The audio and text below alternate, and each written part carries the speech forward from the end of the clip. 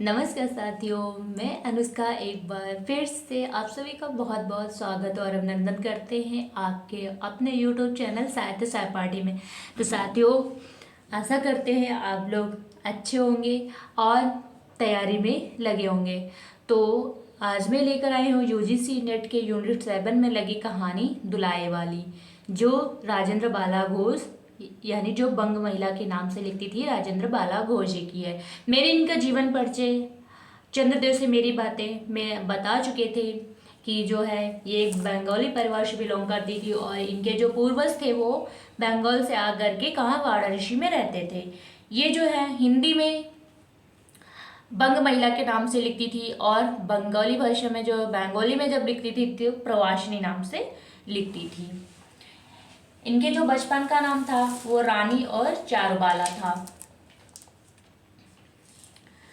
चारुबाला था और इनका जो जन्म हुआ था वो 1882 में वाराणसी में हुआ था और मृत्यु जो है 24 फरवरी 1949 को हुआ था। पिता का नाम राम प्रसन्न घोष और माता का नाम नीदरवासिनी घोष था और इनके जो पति का नाम था पूर्ण चंद्रदेव था। ये हिंदी की पहली छापामार लेखिका थी और ये जो बंग महिला इनकी जो वो दुलाई वाली जो इनकी कहानी है ये सरस्वती पत्रिका में प्रकाशित हुई थी 1907 में। और चंद्रदेव से मेरी बातें ये भी सरस्वती पत्रिका में, हृदय परीक्षा सरस्वती पत्रिका में, लेकिन भाई बहन 1908 में ये बाल प्रभाकर पत्रिका में प्रकाशित हुई थी। इनकी अन्य रचनाओं में जैसे कुंभ में छोटी बहू 1906 में, दुलाई वाली 7 में 1907 में, भाई बहन 1908 में, दलिया 1909 में और हृदय परीक्षा जो सरस्वती पत्रिका में प्रकाशित हुई थी वो 1915 में। तो ये थे इनके जीवन परिचय के कुछ महत्वपूर्ण बिंदु जो हमने आपको बता दिए। आइए अब चलते हैं, क्योंकि UGC नेट है, कहीं से भी क्वेश्चन पूछ सकता है कि ये बंगाली भाषा में किस उपनाम से लिखती थी। तो ये प्रवासिनी उपनाम से लिखती थी। तो ये जो कहानी है ये 1907 में प्रकाशित हुई थी दुलाई वाली और ये सरस्वती पत्रिका में प्रकाशित हुई थी। इसमें जो क्या होता है कि नवल किशोर और अपने मित्र बंशीधर में रेल के लिए किए गए मजाक की एक सरस कहानी है। कहानी का प्रारंभ काशी शहर से होता है। अब प्रारंभ भी पूछ सकता है, ये हम जो महत्वपूर्ण बिंदु पहले बता रहे हैं ये इंपॉर्टेंट है, इनको नोट कर लीजिएगा। मैं बार बार कहती हूँ कि हम जो पहले भी महत्वपूर्ण बिंदु बताते हैं उनको नोट करते चलिएगा, क्योंकि पूछ सकता है कि दुलाई वाली कहानी का प्रारंभ किस शहर से हुआ था, तो काशी से हुआ था और कहानी का अंत कहाँ होता है, इलाहाबाद शहर में है। तो दोनों ये याद रखिएगा। और ये मनोरंजन प्रधान कहानी है। इसमें मुख्य पात्र है तो मुख्य पात्र भी लिख लीजिए। वंशीधर है, नवल किशोर दुलाई वाली, जानकी दे वंशीधर की पत्नी है और सीता जानकी की बहन, उम्र है 10 वर्ष। जो इतने नाम आए हैं इस कहानी में। तो चलिए अब कहानी की ओर चलते हैं। देखो, जब तक मूल कहानी नहीं पढ़ोगे हम पात्र भी भूल जाएंगे, हम पात्र रट नहीं सकते हैं। तो इसीलिए कोशिश करिए कि जितना भी मूल वीडियो है या जितना पूरा फुल वीडियो देखिए, ऐसे पात्र वगैरह मत रटिए। जब तक पूरी वीडियो की स्टोरी आप जब जान लोगे तो आपको पात्र याद हो जाएंगे। तो चलिए आप कहानी की ओर चलते हैं और जितनी भी इम्पोर्टेंट कहानियाँ हैं, जितनी भी पंक्तियाँ हैं उनको हम अंडरलाइन करते जाएंगे और आप नोट करते हुए चलिएगा। जब भी आप वीडियो देखें, जब भी कहानी का कोई भी वीडियो उठाइए तो कॉपी पेन लेकर ही बैठें। तो भाग 1 भाग 2 करके बटे हुए, तो चलो शुरू करते हैं। भाग 1 में क्या है, अब ये जो पहली कहानी की जो पहली पंक्तियाँ होती हैं मोस्ट इम्पॉर्टेंट होती हैं, इनको अंडरलाइन करते ही चलेंगे। तो क्या है भाग 1 में, काशी के दशाश्वमेध घाट पर स्नान करके एक मानुष बड़ी व्यग्रता के साथ गोदोलिया की तरफ आ रहा था। एक हाथ में मैली सी तौलिया से लपेटी हुई भीगी धोती और दूसरे में सुरती की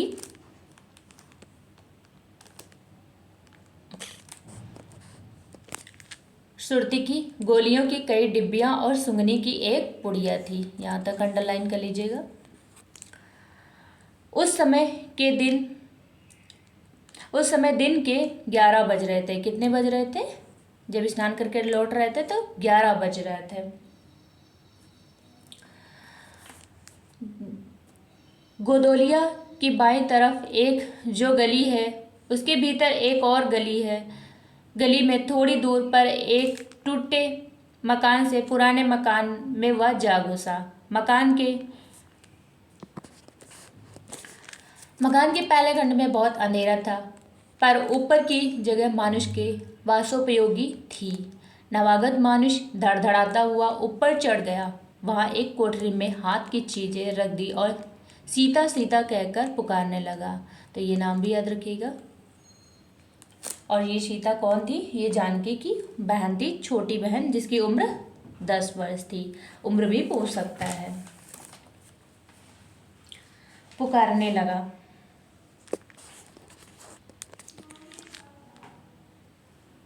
क्या है? कहती हुई एक 10 बरस की, देखो ये सीता की उम्र है, सीता कितने हुए? 10 बरस की बालिका आ खड़ी हुई। तब उस पुरुष ने कहा, सीता जरा अपनी बहन को बुला ला। अच्छा कहकर सीता चली गई और कुछ देर में एक नवीना स्त्री आकर उपस्थित हुई। उसे देखकर ही पुरुष ने कहा, हम लोगों को तो आज ही जाना होगा। ठीक है, यहाँ से हम लोगों को तो आज ही जाना होगा, अंडरलाइन कर लीजिएगा। इस बात को सुनकर स्त्री कुछ आश्चर्ययुक्त होकर और झुलझुलाकर बोली, आज ही जाना होगा? या क्यों भला? अब वो जो है स्त्री प्रश्न कर रही है कि भाई आज अचानक कैसे? तो यहाँ से अंडरलाइन कर लीजिए, आज कैसे जाना हो सकेगा? ऐसा ही था तो सवेरे भैया से कह देते तुम तो जानते हो कि मुंह से कह दिया बस छुट्टी हुई। लड़की क्या है? लड़की कभी विदा की होती तो मालूम पड़ता, आज तो किसी सूरत में जाना नहीं हो सकता। अब ये कौन कह रही है? वही जो महिला है कि आज कैसे भाई अचानक कैसे प्रोग्राम बन गया। तुम आज कहती हो, हमें तो अभी जाना है। बात यह है कि आज ही नवल किशोर कलकत्ते से आ रहे हैं। कहाँ से आ रहा है नवल किशोर? ये वंशीधर का दोस्त है जो कहाँ से आ रहा है? कलकत्ते से आ रहा है। आरे से अपनी नई बहू को भी साथ ला रहा है। सो उन्होंने हमें आज ही जाने के लिए इसरार किया है। हम सब लोग मुगल सराय से साथ ही इलाहाबाद चलेंगे। कहाँ से? मुगल सराय से इलाहाबाद के लिए चलेंगे। उनका तार मुझे घर से निकलते ही मिला। इसी में से मैं झट नहा धोकर लौट आया। बस अब करना ही क्या है? कपड़ा वपड़ा जो कुछ हो बांध बूंद कर घंटे भर में खा पी कर चली चलो। जब हम तुम्हें विदा कराने आए ही हैं, तब कल के बदले आज ही सही। हाँ यह बात है, नवल किशोर जो चाहे करवाए। अब वो गुस्सा कर रही है उसकी पत्नी कि वो चाहे जो करवा दे। क्या एक ही गाड़ी में ना जाने से दोस्ती में बट्टा लग जाएगा? अब तो किसी तरह रुकोगे नहीं? जरूरी है उनके साथ जाओगे, पर मेरे तो नाको दम आ जाएगी। क्यों? किस बात से? उनकी हंसी से। और किस से? वो मतलब परेशान होते क्योंकि वो दोनों इतना मस्ती मजाक करते हैं। राह में अच्छी लगती है उनकी हंसी, मुझे नहीं भाती। एक रोज मैं चौके में बैठी पूड़ियाँ काढ़ रही थी कि इतने में न जाने कहाँ से आकर नवल किशोर चिल्लाने लगे, ए बुआ, देखा तुम्हारी बहू पूड़ियाँ खा रही है। मैं तो इस मारे शर्म के मर सी गई। हाँ भाभी जी ने बात उड़ा दी। सही, वह बोली, खाने दो, खाने पहनने के लिए तो आई ही है। पर मुझे उनकी हंसी बहुत बुरी लगी। बस इसी से उनके साथ नहीं जाना चाहती। अच्छा चलो, मैं नवल से कह दूंगा कि बेचारी कभी रोटी तक तो खाती ही नहीं, पूड़ी क्यों खाने लगी। मतलब वो कह रहे हैं कि मैं बोल दूंगा कि ये रोटी नहीं खाती तो ये पूड़ी कहाँ खाएगी। इससे मजाक मस्ती नहीं करना। इतना कहकर बंसीधर कोठरी के बाहर चले आए और बोले, मैं तुम्हारे भैया के पास जाता हूँ, तुम रो रुलाकर तैयार हो जाना। इतना सुनते ही जानकी देखी आंखें भर भर आई और आषाढ़ सावन की ऐसी झड़ी लग गई। ये भाग 1 था। अब यहाँ से भाग 2 है। क्या है कि वंशीधर, अब ये इम्पोर्टेंट है, वंशीधर इलाहाबाद के रहने वाले हैं। कहाँ के रहने वाले हैं? इलाहाबाद के रहने वाले हैं। बनारस में ससुराल है और स्त्री को विदा कराने, अंडरलाइन कर दिया है। जहाँ तक मैं अंडरलाइन करती हूँ उसको कर लीजिएगा। बनारस में स्त्री को विदा कराने आए हैं। ससुराल में एक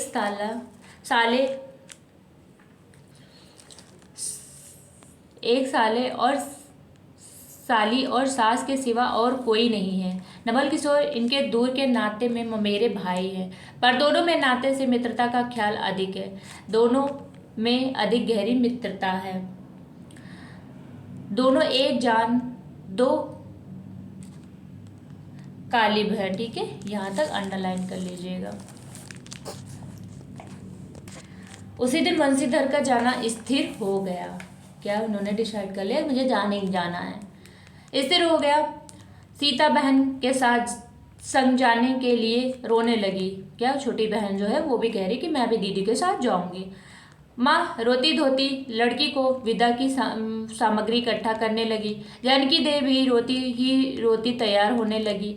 कोई चीज भूलने पर धीमी आवाज में माँ को याद भी दिलाती गई। क्या रो भी रही है और कोई चीज अगर भूल जा रही है उसकी माँ तो बता भी रही है। 1 बजने पर, कितने बजने पर? 1 बजने पर स्टेशन का समय आया, जाने का समय आ गया। कितने बजे? 1 बजने। अब गाड़ी या इक्का लाने कौन जाए? ससुराल वाले की अवस्था अब आगे किसी नहीं थी कि 2-2 4-4 नौकर चाकर हर समय बने रहे। सीता के बाप के न रहने से काम बिगड़ गया है। पैसे वालों के यहाँ नौकर चाकरों के सिवा और भी 2-4 खुशामदी घेरे रहते हैं। छूछे को कौन पूछे?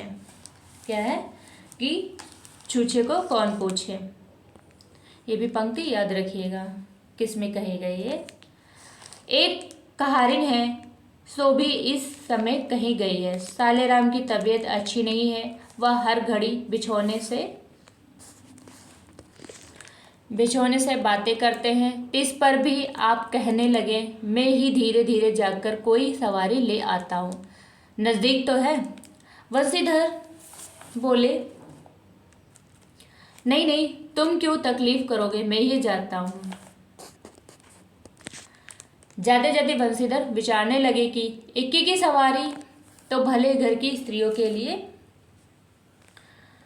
बैठने के लायक नहीं होती, क्योंकि एक तो इतने ऊंचे पर चढ़ना पड़ता है, दूसरे पराये पुरुष के संग एक साथ बैठना पड़ता है।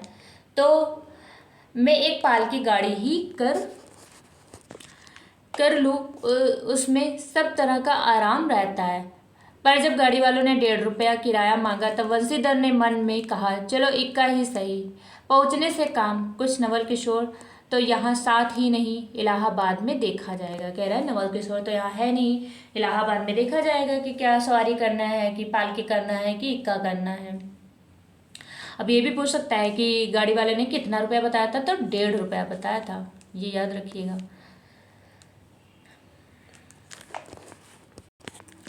वंशीधर इक्का ले आया और जो कुछ असबाब था इक्के पर रख कर आप भी बैठ गए। जानकी ने बड़ी विकलता से रोती हुई इक्के पर जा बैठी।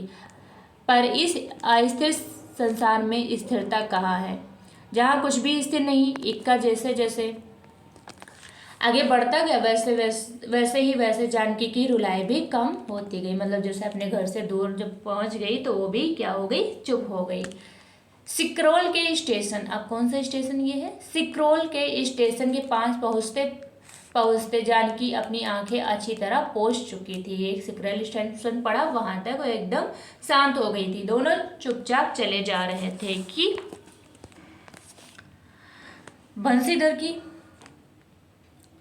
अचानक बंशीधर की नज़र अपनी धोती पे पड़ी। कहाँ पड़ी? हम यहाँ से अंडरलाइन कर लीजिएगा, पर पड़ी। और अरे एक बात तो हम भूल ही गए, कहकर पछता सा उठे। इक्के वाले के कान बचाकर जानकी दे ने पूछा क्या हुआ, क्या कोई ज़रूरी चीज़ भूल आए? वो पूछने लगी भाई कोई ज़रूरी चीज़ छूट गई थी क्या? उनकी पत्नी जानकी दे ने। तो वो रीजन क्या बताते हैं कि नहीं, एक देसी धोती पहनकर आना था, सो भूल कर बिलायती ही पहन आए। क्या कहना है कि बिलायती धोती हम पहन आए। नवल कट्टर स्वदेशी हुए ना, वह बंगालियों से भी बढ़ गए हैं, देखेंगे दो चार सुनाए बिना ना रहेंगे। क्या कह रहे हैं कि वो देखेंगे जब हमें विलायती कपड़े पहने हुए तो दो चार बातें हमें पकड़ाएंगे। और बात भी ठीक है, नाहक विलायती चीजें मोल, क्या है, खरी खोटी सुनाना। मोल लेकर क्यों रुपए की बर्बादी की जाए, देसी लेने से भी दाम लगेगा, सही रहेगा तो देश में ही रहेगा। क्या कह रहा है कि देसी चीज खरीदो तो पैसा भी क्या रहेगा, अपने ही देश में रहेगा, और विदेशी चीज क्यों ले, जब अपने देश का सामान हो अपने देश में ही पैसा रहेगा। जानकी जरा भौहें टेढ़ी करके बोली, धोती तो धोती, पहनने से काम क्या, यह बुरी है। इतने में स्टेशन की कुलियों ने आ घेरा। वंशीधर एक कुली करके चले। इतने में इक्के वाले ने कहा, इधर से टिकट लेते जाइए, पुल के उस पार तो डेढ़े दर्जे का टिकट मिलता है। कितने, डेढ़े दर्जे का, मतलब दोगुने रेट पे मिलता है। वंशीधर फिर कर बोले, अगर डेढ़े दर्जे का ही टिकट लूँ तो। उसने क्वेश्चन मतलब ऑप्शन किया कि मैं डेढ़े दर्जे का ही टिकट लूँ। इक्के वाला चुप हो गया। एक एक की सवारी देखकर उसने ऐसा कहा। यह कहते हुए वंशीधर आगे बढ़े। यथा समय रेल पर बैठकर वंशीधर राजघाट करके मुगलसराय पहुंच गए। कहाँ, राजघाट से मुगलसराय पहुंच गए। वहां पर पुल लांघकर दूसरे प्लेटफॉर्म पर जा बैठे। आप नवल से मिलने की खुशी में प्लेटफॉर्म के इस छोर से उस छोर तक टहलते रहे। देखते देखते गाड़ी का धुआं दिखलाई पड़ा। मुसाफिर अपनी गठरी संभालने लगे। रेल देवी भी अपनी चाल धीमी करती हुई गंभीरता से आ खड़ी हुई। वंशीधर एक बार चलती गाड़ी में ही शुरू से आखिरी तक देख गए, पर नवल का कहीं पता नहीं। वंशीधर फिर सब गाड़ियों को ठहरा गए, भीतर घुस घुस कर एक एक डिब्बे को देखा, किंतु नवल न मिले। क्या हुआ, वो पूरा गाड़ी छान मारे लेकिन कहीं पे भी नवल किशोर नहीं दिखे। अंत में को आप खिजला उठे और सोचने लगे कि मुझे तो वैसी चिट्ठी लिखी और आप ना आए, मुझे अच्छा उल्लू बनाया। अच्छा, जाएंगे कहाँ, वेट होने पर समझ लूंगा। इसको क्या लग रहा है कि मुझे बेवकूफ़ बना दिया और खुद नहीं आया। सबसे अधिक सोच तो इस बात का था कि जानकी सुनेगी तो ताने पर ताना मारेगी, कि वो गुस्सा करेगी और कहेगी कि आपको अच्छा बेवकूफ़ बनाया, ताना सुनाएगी। पर अब सोचने का समय नहीं। रेल की बात ठहरी। वंशीधर झट गए और जानकी को लाकर जनानी गाड़ी में बिठाया। वह पूछने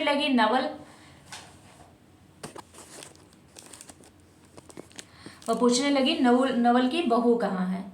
वह नहीं आए, कोई अटकाव हो गया कहकर आप बगल वाले कमरे में जा बैठे। टिकट तो डेढ़े का था, पर डेढ़े दर्जे का कमरा कलकत्ते से आने वाले मुसाफिरों से भरा था। कहाँ से, कोलकाता से आने वाले मुसाफिरों से भरा हुआ था।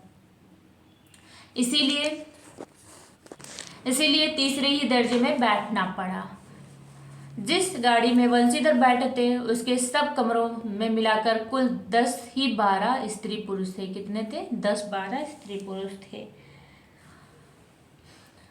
समय पर गाड़ी छूटी। नवल की बातें और न जाने क्या अगड़ बगड़ सोचते सोचते गाड़ी कई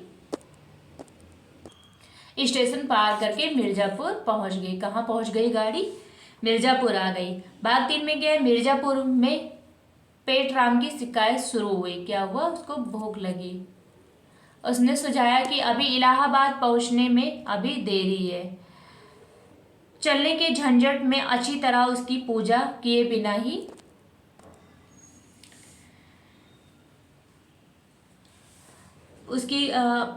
बिना ही बंसीधर ने बनारस छोड़ा था। मतलब खाना वाना जल्दबाजी में नहीं खाया था। इसीलिए आप झट प्लेटफॉर्म पर उतरे और पानी के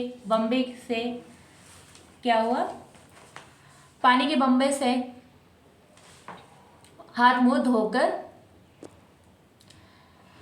धोकर एक खोमचे वाले से थोड़ी सी ताजी पूड़ियाँ और मिठाइयाँ लेकर निराले से बैठ आपने उन्हें ठिकाने पहुंचाया।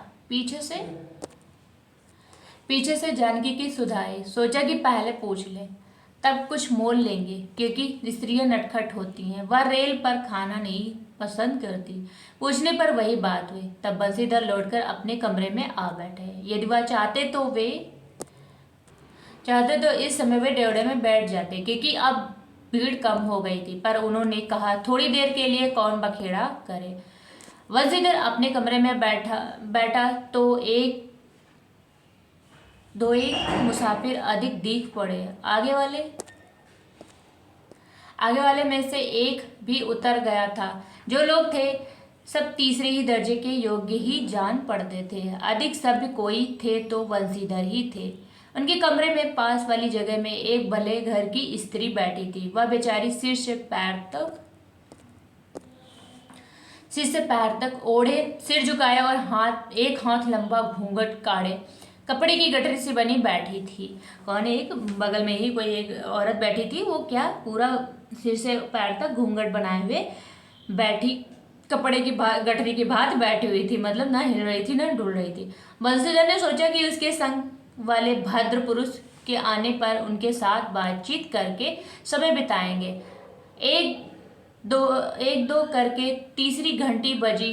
तब वह स्त्री कुछ अचकचाकर थोड़ा सा मुंह खोल जंगले के बाहर देखने लगी। जो ही गाड़ी छूटी वह मानो कांप सी उठी। रेल का देना लेना तो हो ही गया था। अब उसको किसी की क्या परवाह, अपनी स्वाभाविक गति से चलने लगी। मतलब रेल स्टेशन से चलने लगी। तब वो स्त्री थोड़ा सा अपना घूंघट हटाकर देखने लगी। प्लेटफॉर्म पर भीड़ भी न थी। केवल 2-4 आदमी रेल की अंतिम विदाई तक खड़े थे। जब तक स्टेशन दिखलाई दिया तब तक वह बाहर की ओर देखती रही। अब वो क्या स्टेशन को देख रही है और अपने साथ जो पुरुष हो गए उसको ढूंढ रही थी। फिर अस्पष्ट स्वर से रोने लगी। अब क्या, जब उस आदमी जो उसके साथ था नहीं दिखाई दिया तो क्या हुआ, वो रोने लगी। उस कमरे में 3-4 प्रौढ़ा ग्रामीण स्त्रियां भी थी, जो एक जो उनके पास ही थी। कहने लगी, अरे इनकर मनई तो नाही आई लेन हो, देख रोवल करथईन। दूसरी, अरे दूसरी गाड़ी में बैठे हुई हैं। पहली, दूर हो रही है, ये जनानी गाड़ी में थोड़े हैं। क्या स्त्रियां अपना अपना सुझाव दे रही हैं। तो जैसे वो बोल रही हैं वैसे ही लेखिका ने लिखा है। क्या दूसरी औरत क्या कहती है, तो वो भालू तो कहूँ कहकर दूसरी भद्र महिला से पूछने लगी, कौने गांव उतरबू बेटा? मिर्जेपुरा चढ़ी हो ना? इसके जवाब में उसने जो कहा वह सुन न सकी। तब पहली बोली, हट, हम पुछला ना, हम कहाँ उतरबू हो? आए इलाहाबाद। अब वो इलाहाबाद अपनी भाषा में इलाहाबाद बोल रही है। दूसरी, इलाहाबाद कौन गांव है? गुइया, मतलब कोई गांव पड़ रहा होगा गुइया करके, वहां पूछ रही। पहले, अरे नाही जनल प्रयाग जी, जहां मनाई मकर नहाए जाला। दूसरी, भला प्रयाग जी काहे न जानीत ले? कह के नाही, तोहरे पंचन के धर्म से 4 दाएं नहाए चुकी हैं। ऐसे हो सोमवारी और गहन दका लाग रहा तउन तोहरे काशी जी नहाए गई रहे। क्या कह रही है कि हम वो 3-4 बार कहाँ गए हैं, वहाँ प्रयागी नहाने और काशी भी नहाए हैं, और हम जानते हैं प्रयाग जी। पहली, आवे जाए के तो सब औते जात भटले बटेन। फुनियन सहित तो बिचारो विपत में ना पड़ल बाटिन। हे हम पंच हैं, राजघाट टिकस कटौली, मोगल के सराय उतर लिए, होदे पुनः चढ़ लिए। ये अपनी भाषा में बातें कर रही हैं। दूसरी, ऐसे एक दाएं हम आवत रहें, एक मिली औरों मेरे संगे रहें, द कोने टिसनिया पर उतर मलिकवा उतरे से की जरूरतें गड़ियाँ खुली। अब भैया ऊ गरा फाड़ फाड़ नरियाए, ये साहब गड़ियाँ खड़ी कर, ये साहब गड़ियाँ तनी खड़ी कर। भला गड़ियाँ दहिनात काहे के खड़ी होए। पहले ऊ मेहरारुआ बड़ी उजबक रहल। भला कहू के चिल्लाए से रलियो काहू खड़ी होला। वो कह रही कि वो एक आदमी था, उसका आदमी छूट गया था, तो एक लेडीज चिल्ला रही थी कि थोड़ा रुक जाओ, थोड़ा रुक जाओ। तो पहली वाली क्या कह रही कि वो तो बड़ी पागल टाइप की थी, जो भला ऐसे चिल्लाने से कहीं गाड़ी रुक सकती है, खड़ी हो सकती है। इसकी इस बात पर कुल कमरे वाले हंस पड़े। अब जितने स्त्री पुरुष थी सब एक से एक अनोखी बातें कहकर अपने अपने तजुर्बा बयान करने लगी। क्या कह रही, सब अपने अपने ऊपर के जो बीते हुए थे वो बताने लगी। बीच बीच में उस अकेली अबला की स्थिति पर भी दुख प्रकट करती जाती थी। ये होता है कि कभी कुछ घटना होती है तो दो चार अपना एग्जाम्पल देने आ जाते कि मेरे साथ भी ऐसा हुआ था और एक बार मेरे साथ भी ऐसा हुआ था। तो वही ये स्त्रियां भी कर रही हैं। तीसरी स्त्री बोली, टिकसिया पल्ले बायना नाही, हे सहबाबा सुनी तो कलकत्ते ताए ले मसूलिया ले। अरे इन्हों तो नाही कि दूर से आवत रहलेन, फरागत के बदे उतरलेन। चौथी, हम तो इनके संग के आदमी के देखबो ना किहाँ गइया। तीसरी, हम देखे रहल हो, मजे टोपी दहले रहलन को। इस तरह उनकी बेसिर पैर की बातें सुनते सुनते बंसीधर ऊब उठे। तब वह उन्हें स्त्रियों से कहने लगे, तुम तो नाहक उन्हें और भी डरा रही हो। जरूर इलाहाबाद तार गया होगा और दूसरी गाड़ी से वे भी वहां पहुंच जाएंगे। मैं भी इलाहाबाद ही जा रहा हूँ, मेरे संग भी स्त्री है जो ऐसा ही है। तो दूसरी गाड़ी के आने तक मैं स्टेशन पर ही ठहर रहूंगा। तुम लोगों में से कोई प्रयाग उतरे तो थोड़ी देर के लिए स्टेशन पर ठहर जाना। इनको अकेले छोड़ देना उचित नहीं है। यदि पता मालूम हो जाएगा तो मैं इन्हें इनके ठहरने के स्थान पर भी पहुंचा दूंगा। क्या कह रहे हैं, वंशीधर बता रहे हैं कि कोई स्त्री अगर इलाहाबाद उतरेगी तो थोड़ी देर इनके साथ रुक जाएगी और जैसे इनको पता चल जाएगा इनके, तो वहां इनको भिजवा दिया जाएगा। वंशीधर की इन बातों से उन स्त्रियों की वाक्य धारा अधूरी दूसरी ओर बह चली। हाँ, यह बात तो आप भली कही। नाही भैया, हम पंच काहे के हुसो कुछ कही। अरे एक के एक करत न बाय तो दुनिया चलत कैसे बाय, इत्यादि। कह रही एक का दूसरे का भलाई न करते होते तो दुनिया कैसे चल रही होती। ज्ञान गाथा होने लगी। कोई कोई उस बेचारी को सहारा मिलते देख खुश हुए और कोई नाराज भी हुए। क्यों, सो में आपसे नहीं बतला सकती। उस गाड़ी में जितने भी मनुष्य थे सभी ने इस विषय में कुछ न कुछ कह डाला था। पिछली सीट में केवल एक स्त्री जो फरासीसी छीट की दुलाई ओढ़े अकेली बैठी थी, कुछ नहीं बोली। कभी कभी घूंघट के भीतर से एक आंख निकालकर वंशीधर की ओर ताक देती और सामना हो जाने पर फिर मुंह फेर लेती। क्या कह रही थी, घूंघट उठा के हल्का सा वंशीधर को बार बार देख रही थी और जैसे वंशीधर उसकी तरफ देखते तो मुंह फेर लेती थी। अब वंशीधर सोचने लगे कि यह बात है, देखने में तो यह भले घर की यह क्या बात है, देखने में तो यह भले घर की मालूम होती है पर आचरण इसका अच्छा नहीं है।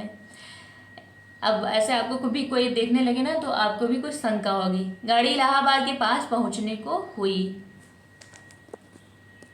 बंसीधर उस स्त्री को धीरज दिलाकर आकाश पाताल सोचने लगे। यदि तार से कोई खबर ना आई होगी तो दूसरी गाड़ी तक स्टेशन पर ही ठहरना पड़ेगा और जो उससे भी कोई ना आया तो क्या करूँगा। जो हो, गाड़ी नैनी से छूट गई। अब उन अशिक्षिता स्त्रियों ने अब फिर मुंह खोला। का भैया, जो केहू बिन टिकस के आवत होए तो ओकर का सजाए होला। अरे ओका ही नाही चाहत रहा कि मेहरारू के तो बैठा देहलेन और आपुआ तउन टिकस ले के चल देहलेन। किसी आदमी ने यहाँ तक दौड़ मारी कि रात को बंसीधर इसके जेवर छीनकर रफूचक्कर हो जाएगा। क्या कह रहे हैं वो लोग कि जैसे रात हो जाएगी तो इस बंसीधर इसके जेवर छीनकर अब चक्कर हो जाएगा। तो क्या कह रहा है, उस गाड़ी में एक लाठी वाला भी था। उसने खुल्लम खुल्ला कहा बाबूजी कुछ हमरो साझा। क्या कह रहा है, मैं भी इसमें साझा लगाऊंगा। उसकी बात पर बंसीधर क्रोध से लाल हो गए। उन्होंने उसे खूब धमकाया। उस समय तो वह चुप हो गया, पर यदि इलाहाबाद उतरता तो बंसीधर से बदला लिए बिना नहीं रहता। अब भाग जा रहे। बंसीधर इलाहाबाद में उतरे। कहाँ उतरे? इलाहाबाद आ गए हैं। एक बुढ़िया को भी वहीं उतरना था। उससे उन्होंने कहा उनको भी अपने संग उतार लो। फिर उस बुढ़िया को उस स्त्री के पास बिठाकर आप जानकी को उतारने गए। जानकी से सब हाल कहने पर वह बोली, अरे जाने भी दो, किस बखेड़े में पड़े हो। पर बंसीधर ने ना माना। जानकी को और उस भद्र महिला को एक ठिकाने बिठाकर आप स्टेशन मास्टर के पास गए। बंसीधर के जाते ही बुढ़िया, जिसे उन्होंने रखवाली के लिए छोड़ा था, किसी बहाने से भाग गई। स्टेशन मास्टर के पूछने पर मालूम हुआ कि कोई तार नहीं आया। अब तो बंसीधर बड़े असमंजस में पड़े। टिकट के लिए बखेड़ा होगा, क्योंकि वह स्त्री बेटिकट है। लौट कर आए तो किसी को ना पाया। अरे यह सब कहाँ गई? यह कहकर चारों तरफ देखने लगे, कहीं पता नहीं। इस पर बंसीधर घबराए। आज कैसी बुरी सहित में घर से निकलेगी। एक के बाद दूसरी आफत में फंसते चले आ रहे हैं। इतने में अपने सामने उस धुलाई वाली को आते देखा। तू ही उन स्त्रियों को कहीं ले गई है? इतना कहना था कि धुलाई से मुंह खोलकर नवल किशोर खिलखिला उठे। ये धुलाई वाली कौन सी थी जो गाड़ी में बैठकर उनको ताड़ रही थी? तो ये नवल किशोर ही जी थे जो उनके साथ मजाक कर रहे थे। अरे यह क्या सब तुम्हारी ही करतूत है? अब मैं समझ गया, कैसा गजब तुमने किया। ऐसी हंसी मुझे नहीं अच्छी लगती। मालूम होता है कि वह तुम्हारी ही बहू थी। अच्छा, तो वे लोग कहाँ गई? वे लोग तो पालकी गाड़ी में बैठी हैं, तुम भी चलो। नहीं, मैं सब हाल सुन लूंगा तब चलूंगा। हाँ ये तो कहो, तुम मिर्जापुर से कहाँ से आ निकले? कह रहा है मिर्जापुर से यहाँ कहाँ कैसे आ गए? मिर्जापुर से नहीं, मैं कोलकाता से, बल्कि मुगल सराय से तुम्हारे साथ चला आ रहा हूँ। तुम जब मुगल सराय में मेरे लिए चक्कर लगाते थे, तब मैं ड्योढ़े दर्जे से ऊपर वाले बेंच पर लेटा तुम्हारा तमाशा देख रहा था। फिर मिर्जापुर में तुम पेट के धंधे में लगे थे। मैं तुम्हारे पास से निकल गया, पर तुमने न देखा। मैं तुम्हारी गाड़ी में जा बैठा, सोचा कि तुम्हारे आने पर प्रकट होऊंगा, फिर थोड़ा और देख लें। करते करते यहाँ तक नौबत आ पहुंची। अच्छा अब चलो, जो हुआ उसे माफ कर दो। यह सुन बंसीधर प्रसन्न हो गए। दोनों मित्रों में बड़े प्रेम से बातचीत होने लगी। बंसीधर बोले, मेरे ऊपर जो कुछ बीती सो बीती, पर वह बेचारी जो तुम्हारे गुड़वान के संग पहली बार इस रेल में आ रही थी, बहुत ही तंग हुई। उसे तो तुमने नाहक रुलाया। वह बहुत ही डर गई। नहीं जी, डर किस बात का था? तुम दोनों गाड़ी में ना थे? हाँ, पर यदि मैं स्टेशन मास्टर से इतला कर देता तो बखेड़ा खड़ा हो जाता ना। अरे तो क्या मैं मर थोड़े ही गया था? 4 हाथ की धुलाई की बिसात ही कितनी। इसी तरह बातचीत करते करते दोनों गाड़ी के पास आए। देखा तो दोनों मित्र बंधुओं में खूब हंसी हो रही है। जानकी कह रही थी, अरे तुम जानो क्या, इन लोगों की हंसी ऐसी ही होती है। हंसी में किसी के प्राण भी निकल जाए तो इन्हें दया ना आवे। खैर, दोनों मित्र अपनी अपनी घरवाली को ले राजी खुशी घर पहुंचे और मुझे भी उनकी ये राम कहानी लिखने से छुट्टी मिली। तो ये थी जो है इनकी, जहाँ तक राम कहानी लिखने से छुट्टी मिली। तो ये थी धुलाई वाली कहानी जो समाप्त हुई। ऐसे ही जितनी भी महत्वपूर्ण पंक्तियों को मैंने अंडरलाइन कर लिया उसको नोट करते जाइएगा। और अगर आप तैयारी कर रहे हैं तो जितनी भी यूजीसी नेट की कहानी और निबंध मैंने यूट्यूब चैनल पर डाल दी है, वहाँ पे जाकर आप देख लीजिएगा। नोट करते हुए जरूर चलिएगा। प्रैक्टिस सेट पेपर हो तो उसको भी सॉल्व करते हुए चलिएगा, डेली एक प्रैक्टिस सेट पेपर सॉल्व करिए। और जितने भी यूजीसी नेट की तैयारी कर रहे हैं उनके लिए बेस्ट ऑफ लक। मिलते हैं अगले वीडियो में, तब तक के लिए नमस्कार।